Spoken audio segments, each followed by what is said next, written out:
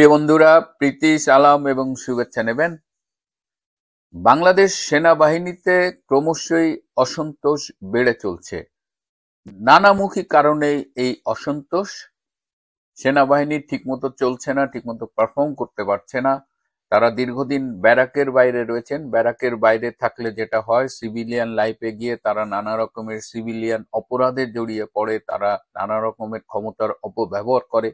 সেই নিয়ে স্বাভাবিকভাবে আহ সেনাদের মধ্যে, অফিসার বা সৈনিকদের মধ্যে একটা অসন্তোষ আছে। কবে তারা ফিরে যাবে, এই অনিশ্চয়তার ব্যাপারটা।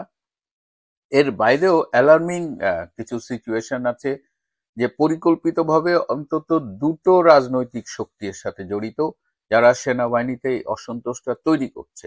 এই অসন্তোষটা তৈরি করার তাদের একটা দীর্ঘমেয়াদী লক্ষ্য আছে। তাদের একটা বড় রাজনৈতিক দল, তারা এক ধরনের তৎপরতা চালাচ্ছে এবং তারা বিভিন্ন স্তরে এই অসন্তোষটা যেন বেড়ে যায় সেই লক্ষ্যে তারা কাজ করছে। এবং তারা একটি আহ, সংগঠন গঠন করেছে, খুব গোপনে তার কার্যক্রম সেনাবাহিনীর মধ্যে চলছে। এটা হলো Bangladesh revolutionary soldiers front, BRSF। এই BRSF কিন্তু অনেক গোপনে কাজ করছে এবং সম্প্রতি কুমিল্লা ক্যান্টনমেন্টের দুজন সেনা কর্মকর্তা গ্রেপ্তার হয়েছে এবং তাদের জিজ্ঞাসাবাদের ফলে এই বাংলাদেশ রেভলিউশনারি সোলজার্স ফ্রন্টের কথা জানা গেছে। এবং এর সাথে একটি দলের প্রবাসী নেতাও জড়িত। তিনি দীর্ঘদিন ধরে প্রবাসী নির্বাসনে আছেন। তাদের কিছু সুনির্দিষ্ট লক্ষ্য আছে। তারা চাইছেন যে ভেতর থেকে একটা ফোর্স ক্রিয়েট করে বর্তমান সেনাপ্রধান জেনারেল ওয়াকার খানকে তারা সরিয়ে দিতে চাচ্ছে তার পদ থেকে। তারা এই সেনাপ্রধানকে তারা বিভিন্ন সময় ব্যবহার করতে রাজি, কিন্তু সেনাপ্রধানকে দিনের শেষে তারা বিশ্বাস করেন না, কারণ এই সেনাপ্রধান শেখ হাসিনার সরকার কর্তৃক মনোনীত। এই সেনাপ্রধান সরিয়ে ফেলবার পাশাপাশি তাদের আরো একটা দূরভিসন্ধি আছে। তারা সেনাবাহিনীর কাঠামোটাকে দুর্বল করতে চায় এবং টোটালি খোল নলচে বদলে একদম রিফর্ম করতে চায়। এটা অনেকটা অনেকটা সেই ইসলামিক রিপাবলিক গার্ড কর্পসের মতো, IRGC, ইরানের রিপাবলিকান গার্ড কর্পসের মতো IRGC।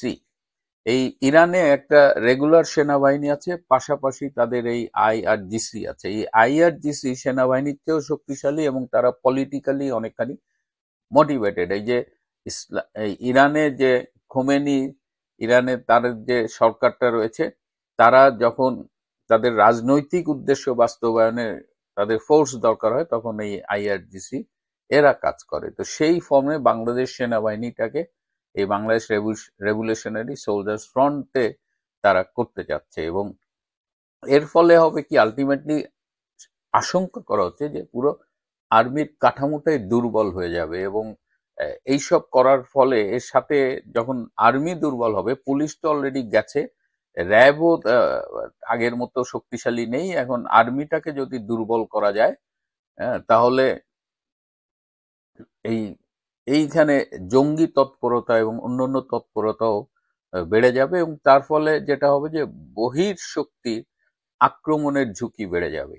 এবং এই যে একটি বড় রাজনৈতিক দলের কথা বললাম, তাদের সাথে পাকিস্তানি গোয়েন্দা সংস্থা ISI জড়িত। এর বাইরে আরো একটা তৎপরতা আছে, সেটা হলো যে শেখ হাসিনা সরকারের আমলে বিভিন্ন শাস্তি পেয়ে, বিভিন্ন ধরনের ডিসিপ্লিনারি গ্রাউন্ডে যারা চাকরিচ্যুত হয়েছিলেন বা রিটায়ারমেন্টে পাঠানো হয়েছিল যাদের, তাদের একটা সংগঠন করা হয়েছে, নেক্সাস ডিফেন্স ফোর্স। এই নেক্সাস ডিফেন্স ফোর্সেরও একটা তৎপরতা কাজ করছে এবং এই নেক্সাস ডিফেন্স ফোর্সের সাথে বেসিক্যালি যুদ্ধ অপরাধী গোলাম আজমের ছেলে ব্রিগেডিয়ার আজমি এবং ব্রিগেডিয়ার হাসান নাসির এরা জড়িত। এবং তারাও এই সেনাবাহিনীতে তাদের একচ্ছত্র প্রভাব স্টাবলিশ করতে চায় এবং তাদেরও এরকম দূরভিসন্ধি আছে সেনাবাহিনী নিয়ে। এবং আলটিমেটলি যে যাই করুক, এই সেনাবাহিনী দুর্বল হবে। এবং এই কারণে ব্রিগেডিয়ার হাসান নাসিরকে কিন্তু পার্সোনা নন গ্রাটা, মানে ক্যান্টনমেন্ট এলাকায় অবাঞ্ছিত ঘোষণা করা হয়েছে এই বিকজ অফ দিস মুভমেন্টস। এরাও নানামুখী অপতৎপরতায় জড়িয়ে আছে এবং এরা এই গত বছরের জুলাই আগস্টের যে সোকল কালার রেগুলেশনটা হলো, সেখানে কিন্তু এরা একটা বড় ভূমিকা রেখেছিল।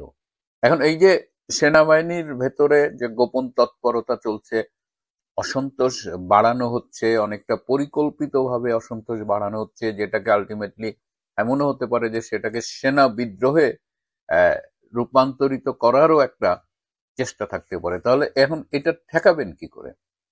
যারা সামরিক বিষয় নিয়ে গবেষণা করেন বা নিরাপত্তা বিশ্লেষক, তারা বলছেন যে ক্যান্টনমেন্টের ভেতরে এই মনিটরিং এবং সার্ভিলেন্স বাড়াতে হবে, গোয়েন্দা তৎপরতা বাড়াতে হবে, যাতে এই যে যারা রেগুলেশনারি ফোর্স করতে চায় বা এই নেক্সাস ডিফেন্স ফোর্সের কার্যক্রম সাথে জড়িত, এগুলো ডিটেক্ট করে এদের প্রিভেন্ট করতে হবে।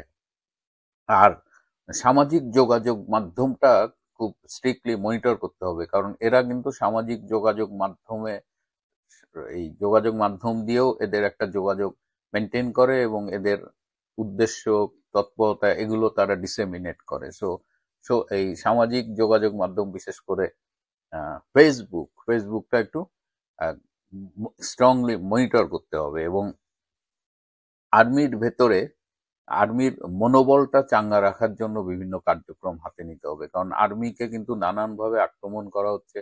ইভেন ইউটিউবেও অনেক ইউটিউবার আছেন, এমনকি প্রাক্তন সামরিক কর্মকর্তা, যারা অনেক কিছু বানিয়ে বলেন। হ্যাঁ, সো এবং এর ফলে হয় কি, তাদের উপরে মেন্টাল একটা স্ট্রেস পড়ে এবং যে কারণে সেনাবাহিনীর ইভেন সিনিয়র অফিসাররাও কিন্তু এই সেনাবাহিনীকে নিয়ে যে পাবলিক পারসেপশন, সেনাবাহিনীকে যেভাবে অপমান করা হচ্ছে, হ্যাঁ, সেনাপ্রধানকে নিয়ে কথায় কথায় যেভাবে টিটকারি করা হচ্ছে, তো এইগুলো ওভারঅল সেনাবাহিনীর ইমেজের জন্য খুব ক্ষতিকর। যে কারণে সেনাবাহিনী বিভিন্ন পর্যায়ে এখন তারা আশা করেন যে জেনারেল ওয়াকার সেনাপ্রধান হিসেবে, বাহিনী প্রধান হিসেবে তিনি তার ভূমিকাটা একটা স্ট্রং ভূমিকা রাখবেন না। এবং এই এর আগেও আমি বলেছি যে এখন তারা তাদের ফ্যামিলির লোকজনের কাছেও অনেকটা একটা মানে বলে যে মুখ দেখানো যায় না, এরকম ফ্যামিলির লোকজনও তাদের টিটকারি করে। তো এই অবস্থা থেকে যে মুহূর্তে আমরা উত্তরণের কথা বলছি, তখনই এই গোয়েন্দা মাধ্যমে খবর পেলাম যে এই ধরনের এই দুটো তৎপরতা চলছে, যেটা আমাদের সেনাবাহিনীর জন্য, সেনাবাহিনীর ভবিষ্যতের জন্য কিন্তু খুবই ক্ষতিকর হবে। এবং এটা শুধুমাত্র যে দেশের ভেতরের বিষয় না, কারণ যখনই সেনাবাহিনী বিতর্কিত হবে, সেনাবাহিনীর ভেতরে এ ধরনের অপতৎপরতা থাকবে, তখনই সেটা যে ইম্প্যাক্ট ফেলবে। আমরা যে এই যে জাতিসংঘ শান্তিরক্ষী মিশনে আমরা যে সেনা পাঠাই, এবং এটা আমাদের আর্মিদের কাছে একটা বিশাল ব্যাপার যে তারা প্রয়োজনে দেশ বিক্রি করে দেবে, কিন্তু তাদের এই ইউএন পিসকিপিং মিশনে সেনা পাঠানোর ব্যবস্থাটা যেন অটুট থাকে। এবং এর আগে আমরা দেখেছি গত বছরের জুলাই মাসে যখন কালার রেগুলেশনটা দানা বাঁধছে, তখন জাতিসংঘ মানবাধিকার কমিশনার শ্রী ভলকার তুর্ক, তিনি কিন্তু এই সেনাপ্রধানকে ফোন করে থ্রেট করেছিলেন যে তোমরা যদি এই আন্দোলনে ছাত্রদের কোঅপারেট না করো বা ছাত্রদের উপর গুলি চালাও, তোমাদের UN peace keeping mission force পাঠানো বন্ধ করে দেবো। তার মানে দেখেন, সরকারের নির্দেশও তারা উপেক্ষা করেছে এবং দেশের চাইতে তাদের ইউএন পিস কিপিং মিশনে যাওয়াটা অনেক বড়। তো এই অবস্থায় সেনাবাহিনীর এই ভেতরে যে অসন্তোষ, একটা ডিসিপ্লিন ফোর্সের ভেতরে এই ধরনের একটা পোটেনশিয়াল মিউটিনি, একটা বিদ্রোহ সংগঠিত করার অপচেষ্টা, এগুলোকে এখনই থামাতে হবে। প্রিয় বন্ধুরা, আজ এ পর্যন্তই। ভালো থাকবেন, সুস্থ থাকবেন, তার চেয়েও জরুরি হলো নিরাপদে থাকবেন। সবাইকে অনেক ধন্যবাদ।